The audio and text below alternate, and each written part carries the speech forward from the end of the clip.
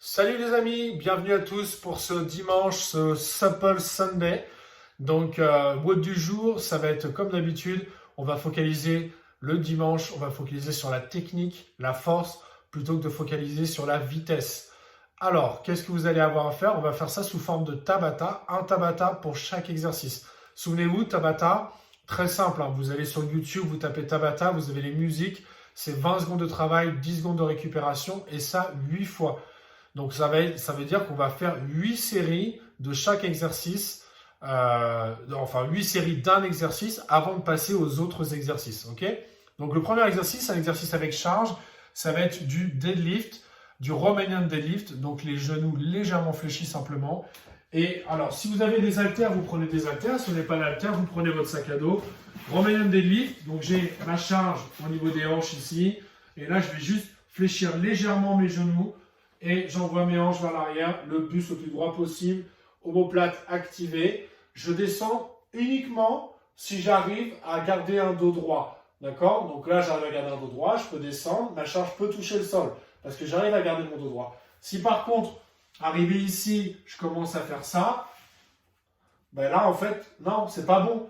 Gardez-moi ce dos droit, gardez un dos droit. Souvenez-vous, pour ceux qui sont membres de la boxe, ils le savent, je le répète suffisamment, c'est si vous avez un haut du corps gainé, votre bas du corps sera gainé également. Donc serrez-moi les omoplates en haut. Ici, on serre les omoplates de manière à garder un engagement total des muscles stabilisateurs de la chaîne scapulaire. Ok? Donc ça, c'est la première chose. Le deadlift, donc vous avez 20 secondes de travail, 10 secondes de récupération, un maximum de reps entre guillemets, mais faites attention à ne pas aller trop vite au détriment de la forme. On reste en belle posture, belle position. Souvenez-vous, ça vaut du dimanche. Le dimanche, on travaille la qualité. Ok? Ça, c'est le premier mouvement. Ensuite, le deuxième mouvement, vous aurez des hollow hold à faire.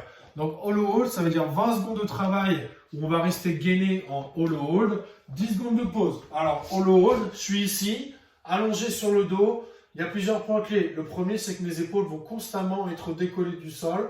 Je veux mon menton dans la poitrine. Donc, on enroule légèrement le haut du dos vers l'avant en gainant ses abdominaux.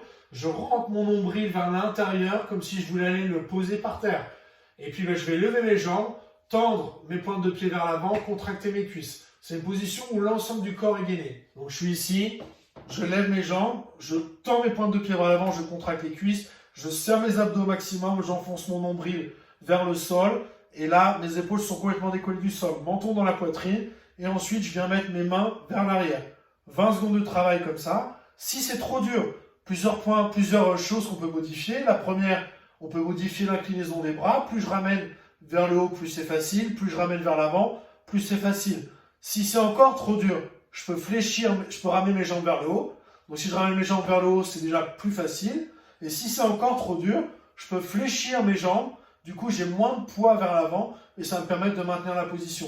Dans tous les cas, moi, ce que je veux, ce sont des lombaires enfoncés dans le sol, un nombril enfoncé dans le sol, des abdos gainés ici, des épaules constamment décollées en permanence. Ok, je préfère largement que vous fassiez l'exercice avec les jambes fléchies, mais que vous conservez cette posture-là au niveau des abdos et des épaules. Plutôt vous gardiez les jambes tendues, mais qu'on se retrouve dans une position où on est complètement allongé au sol et que là, en fait, je perds le bénéfice de cette position puisque je me retrouve avec une extension des lombaires et je ne suis plus du tout dans des lombaires enfoncés dans le sol. Ok? Donc ça, c'est hyper important. Hein. Ensuite, on passe au troisième exercice. Ce sont les glute bridges. Glute bridges, on va venir travailler les hanches, les fessiers. Donc je suis ici, je m'allonge par terre, les talons posés au sol. Et là, je viens pousser dans mes talons. Et en fin de mouvement, je serre les fesses. C'est hyper important. Je serre les fessiers ici, je contracte les cuisses. Hyper important. Je monte mon corps au maximum, c'est-à-dire que je me retrouve vraiment en appui uniquement sur mes épaules. C'est trop facile, je peux mettre mes pieds sur un banc, sur une chaise, etc. Ça va augmenter la difficulté. Là, vraiment, l'intérêt, c'est de venir serrer au maximum ses fessiers. Voilà pour le troisième mouvement. Et enfin, le dernier mouvement, ce sont des V-up. Les V-up, ce sont des abdominaux où là, pareil, on va retrouver un peu la position hollow. Et on va devoir venir toucher avec ses pointes ses mains, ses pointes de pied. Ok, donc je suis ici. Je remonte, je touche.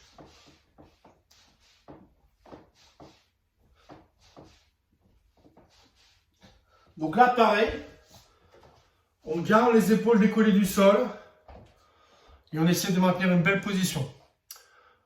Voilà les amis, je vous souhaite un bon haut du dimanche et je vous dis à la semaine prochaine. Salut à tous!